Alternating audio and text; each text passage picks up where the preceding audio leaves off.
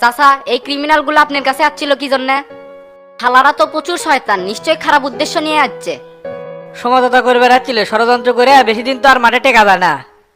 আমি সাফ সাফ না করে দিছি, আমার কাছে উল্লেখ কাহিনী চলবি না। ছাপ সারা জীবন ছাপই থাকা যায়, আপনি একবারে যতই কাছে নেন সুযোগ পেলেই সবল মারবি। সেটা আপনি আমার চেয়ে ভালো করে বোঝেন, তাই একবারের সাথে সমঝোতা তো দূরের কথা, অগরে আশেপাশে থাকা যাবে না। ওর গিয়ে বিষয়টা আমি দেখতেছি, ওরলে তোর চিন্তা করা লাগবে না। তে বালু তোলার কাজগুলো তুকার ফটিকে দায়িত্ব দিবার চাচ্ছি, করে পারবো না? সবকিছু আমি হ্যান্ডেল করবো নি, তোরা খালি কয়টা গাড়ি কোনটি গেল ওরলে খালি দেখবো।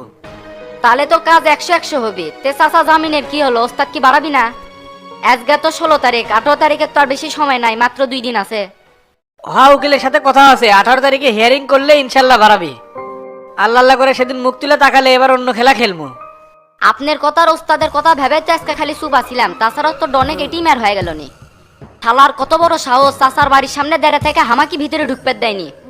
আমার তো খালি মন চেলে হলে মিটিং টিটিং পরে আগে পাটাপাট লাগায়।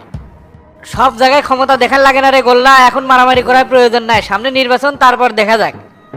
এজন্যই তো চুপচাপ আছি। আল্লাহ আল্লাহ করে যদি খালি আপনি নমিনেশন পান, তারপর অগরে খেলা দেখামো। নমিনেশন তো ইনশাল্লাহ আমি পাবো, সেই মাফিকই তো কাজ করতেছি। উপরে আমি সব লাইন ওকে করে থুসি বে, ওইলে এত চিন্তা করা লাগবি না। তুই আর ফটিক এখন বালুর প্রজেক্টে চলে যা, 7-8টা গাড়ি ঢুকবি, দেখা যাক কয়টা করে টিপ মারে। আচ্ছা চাচা, আমি তাহলে ফটিকে নিয়ে যাচ্ছি।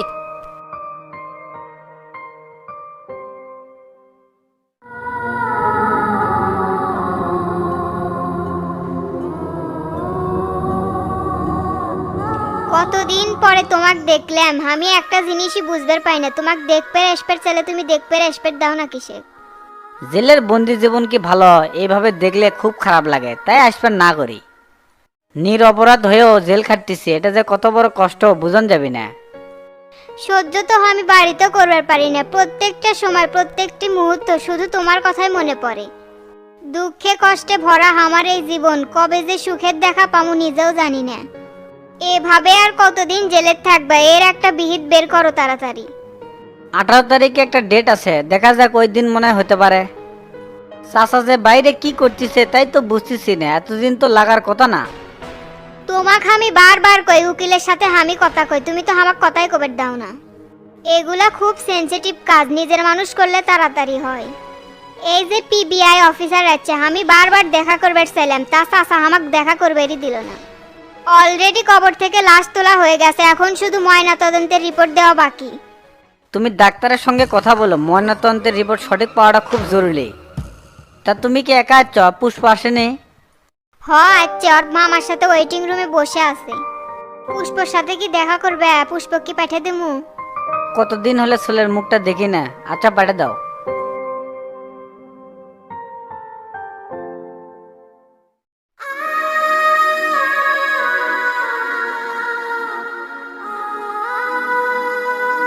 আসসালামু আলাইকুম আব্বু, কেমন আছো? ওয়ালাইকুম আসসালাম। এই তো মা, আছি ভালো। তা তুমি কেমন আছো? কতদিন পর তোমাকে দেখলাম, সেই ছোট পুষ্প অনেক বড় হয়ে গেছে। তোমাকে ছাড়া আমার কিছুই ভালো লাগে না, তুমি বাড়ি আসবে কবে? চলো আজকেই চলো। মারে, যাবার চালি তো আর এখান থেকে যাওয়ার পাম না, তোমার পুলিশ আঙ্কেল তালা দিয়ে রাখছে। আমি আঙ্কেলের সাথে কথা বলছি, তোমাকে ছেড়ে দিবি। তোমার কথা আমার সব সময় মনে পড়ে, তুমি বোঝো না কেন? চলো। কাল পরশুই আমি আসতেছি। আম্মুর সাথে যেন খারাপ ব্যবহার করো না, আর কারোর সাথে যেন মারামারি করো না। বের হওয়ার পর তোমাকে নিয়ে কক্সবাজার যাব, সুন্দর সুন্দর জায়গায় তোমাকে নিয়ে ঘুরবো। তুমি কিন্তু বাসার বাইরে যাবে না, বাসার মধ্যেই থাকবে। হ্যাঁ, ঠিক আছে বাবা, গেলাম তাহলে, আবার দেখা হবে না। আসসালামু আলাইকুম।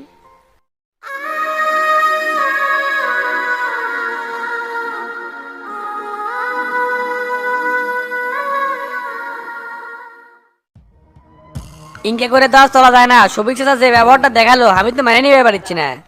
দেখি ওই কত বড় সেনা হয়ে আসছে, সেটাও এবার দেখা যাবি। আমরা কি উড়ে আসা জুড়ে বসছি নাকি মিয়া? এই এলাকার ছোট বয়স থেকে রাজনীতি করি, বলতে পারো যে পুরাতন খেলোয়াড়।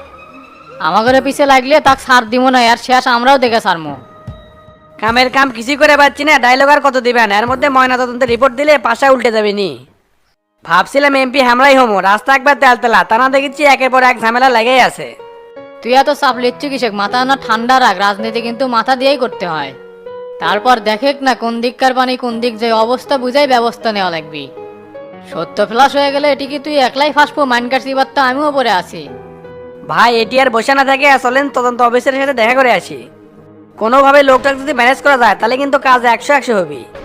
তদন্ত অফিসারে ঠান্ডা করা লাগবে অন্য উপায়ে রে, কথা কয়ে মনে হয় না যে কাজ হবে। ভাবতেছি বিষয়টা কেন্দ্রে জানাবো, না হলে আমরা তো বরে পাচ্ছি না, যেটি যাচ্ছি সেটি খালি ব্যর্থ হয়ে আসছি। শফিকার ডাক্তার যে পাটলে কথা বলে মনে হলো যে আমরা কিছুই না, খালি দাঁতের উপর দাঁত দিয়ে চলে যাচ্ছি। অপমানের প্রতিশোধ একদিন নিমুই। উঠলে পরে দেখা যাবে নি, আগে এই সিপির থেকে উঠি। কেন্দ্রের লিডারে জানালে একটু ভাবে চিন্তা জানায়েন, আবার যেন নমিনেশন নিয়ে কোনো ঝামেলা করে না। এই জায়গাতে তো আটকে আসিবে, না হলে কবে লিডার এক জানালাম নি। মূল সাক্ষী তো ডক্টর, ও গায়েবকে দিলে কিরম হয়? পুলিশ যখন এক খুঁজে পাবি না, এই ঘটনার পিছনে যারা আছে তাকেও ধরে পারবি না, তখন মাথা ঘুরে যাবি নি, দেখমুনি কিরম করে প্রমাণ করে। বুদ্ধি একটা খারাপ দিস নেই, শালা ডাক্তারে খুন করে ফেলালে সব প্রমাণ ভেস্তে যাবি। একটা মার্ডার ঢাকবে যে আরেকটা মার্ডার করবে না, এটা তো মজনুর মতো কাহিনী হয়ে যাবে নি। শামসুক তো মাইবার পাইলামই না, খালি মজনুক মেরে মার্ডার কেসের আসামি হলাম। এই কাম করা যাবে না, এতে করে বিপদ আরো বেশি হবি, অন্য কোনো বুদ্ধি বাই করা লাগবি। তাহলে ময়না তদন্তের রিপোর্ট আগে দেখি, এত চিন্তা করে পারবো না, মাথা পাগলা হয়ে যাবি। তুই থানাতে একটু খোঁজ খবর নে তো, ময়না তদন্তের রিপোর্টটা আসছে নাকি, একটু শোনা লাগবি।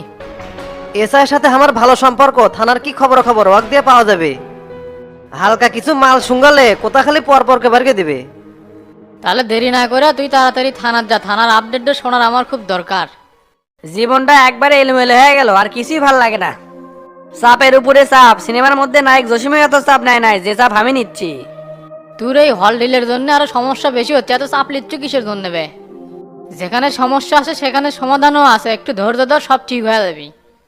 একটা কথা ভুলেই গেছি, গতকাল ডোমার ছিল, 10,000 টাকা রেডি করেন। ওকে টাকা দম, ওই তো কোনো কামই করে বানাই, অগ্রিম কিছু টাকা দিয়েছিলাম সেটাও তো ঘুরে নিই নাই। টাকা চাপার আসলে চাপার উপরে গোটা দুই দিয়ে দেবো নি, টাকা কি বলতে আর গদে আসে? আপনি মনে হয় বিষয়টা জানেন না, ঘটনা অনেক দূর চলে গেছে। বিচ্ছুর লাশ তো ওই ডমেক দিয়ে তুলে নিছে। ডোম করছে যেই লাশ তোমরা চুরি করবে গেলে সেই লাশ পুলিশ তুললো, নিশ্চয়ের মধ্যে কোনো কাহিনী আছে। এখন 10,000 টাকা দিবে, না হলে পুলিশের সব ঘটনা কয়ে দেবো সেই রাতে তোমরা লাশ চুরি করবে গেছিলে। কোষ কিরে শালার বেটা কি সেটিংটা নিয়ে যাচ্ছে, আজকাল ডোমো হওয়াক বাস দিচ্ছে। চিন্তা তো তুই আর একটা বাজে দিল, এতক্ষণ কি থানাত কয়ে দিল নাকি? অনেক কষ্ট করে ম্যানেজ করছি, তবে সন্ধ্যার মধ্যে টাকা না দিলে থানাত কয়ে দিবে। সন্ধ্যের দিকে টাকা 10,000 দেমনি, তুই এখন থানাত যা, দেখ তোর কথা ফ্লাশ হলো নাকি। আচ্ছা এখনই যাচ্ছে। তাহলে আমি বাসা বিলে চলে গেলাম, আর কি হয় না হয় আমাকে ফোনে জানাস। আচ্ছা ভাই জান, আপনি জানামনি।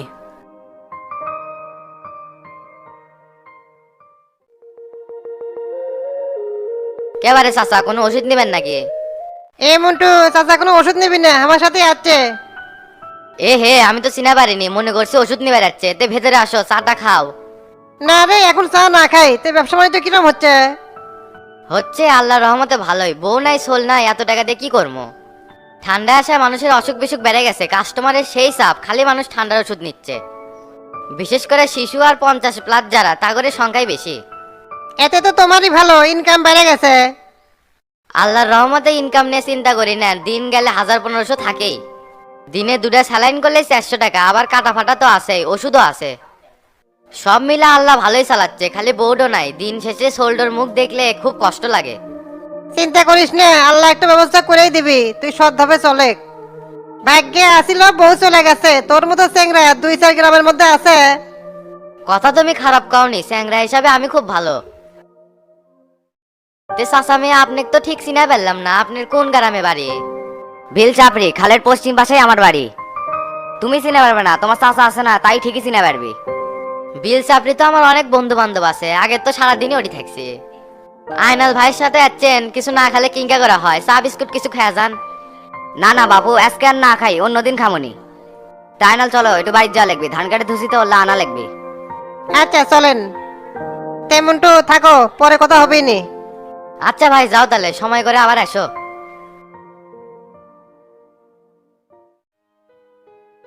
আসসালামু আলাইকুম ভাই, থানার মধ্যে গেছিলাম, আপনাকে দেখলাম না, কুটি যান? আর কইও না, একটা হুজুরে ধরবার যাচ্ছে, মাহফিল করার কথা কয়ে টাকা নাই, কিন্তু মাহফিলে যায় না, তাই মাহফিল কমিটি থেকে ওর নামে প্রতারণার মামলা হচ্ছে। কি করছেন এলে? আজকাল হুজুরের মধ্যে এলে শুরু হয়ে গেছে। টাকার কাছে সগলি অসহায়, টাকার লোক সগলিরই আছে। তে তোমার কি খবর? হঠাৎ করে আমাকে খুঁজিচ্ছ, ফোন দিলেই তো পেলেনি। হচ্ছে কি ভাই, হামাগের মামলা তদন্ত রিপোর্ট কি থানা যাচ্ছে? আসে নাই, তবে খুব তাড়াতাড়ি চলে আসবি। পিবিআই তো ওই রিপোর্টের জন্য খুব তাড়াহুড়া করিচ্ছে। একটা বিষয় নিশ্চিত থাকো, এবার কিন্তু সব ভালোভাবেই হচ্ছে, 2 নাম্বারই হওয়ার কোনো অপশন নাই। পিবিআই নিজে থেকে সব কাজ করিচ্ছে। কিছু টাকা পয়সা দিলে পাশাটা উল্টান যাবি না ভাই? মিসেই কাক টাকা দিবে? সিনিয়র অফিসাররা খুব পার্টি আছে, এখন টাকা দিবার গেলেই কট খেয়ে যাবে। আল্লাহ আল্লাহ করো আর চিন্তা করো কিভাবে এটি থেকে বাড়ান যাবে। এবার কিন্তু নাটের গুরু বাড়াবি। আমার বারবার একটা জিনিস মনে হয়, ঢাকার থেকে মনে হয় কেউ এটা খেলিচ্ছে। আমারও তাই মনে হচ্ছে, তবে কেন খেলিচ্ছে এটাই বুঝতে পারছি না। তা না হলে 3-4 মাস আগের লাশ কবর থেকে তুললো, হাই রে গন্ধ। ডোমের কাম কি হবে করে? 1 ঘন্টার কাম 10,000 টাকা পেলো, করবি না তো কি করবি? খারাপ কি? ডোম কি আর থানা বিলে আসছিল নাকি টাকা অগ্রিমই দিছেন? কাম করার আগেই টাকা নিছে, এখন আর কোনো খবর নাই। দেখা কুটি বসে থেকে বেনি বাংলা খাচ্ছে। ওই শালাক ধরে নিয়ে এসে থানাত বাইন্দে থন, খাওয়া বার হয়ে যাবে নি। অক নিয়ে আসলে থানাটা নষ্ট হয়ে যাবে, অন্য কোনো আসামি থেকে পারবি না। মোগল স্যার বারবার ফোন দিচ্ছে তাড়াতাড়ি যাওয়ার জন্য, তো স্যার কি করবো? আপাতত মির্জাপুর যাও, তারপর কচ্চিকুটি যাওয়া লাগবে। মির্জাপুরে কোন হুজুরে ধরবে যাবেন? মির্জাপুর থেকে একটু ভিতরে সাতারা গ্রামে বেলাল হুজুরে ধরবার যাচ্ছি। এ ডনে, তোমাকে যে এটা করলাম এটা জানি ফ্লাশ করো না। কি যে কর না ভাই, ওয়াক কি আমি চিনি, জান ধরে নিয়েছেন গা। তে থাকো, পরে দেখা হবিনি। এ সৈকত, চলো চলো।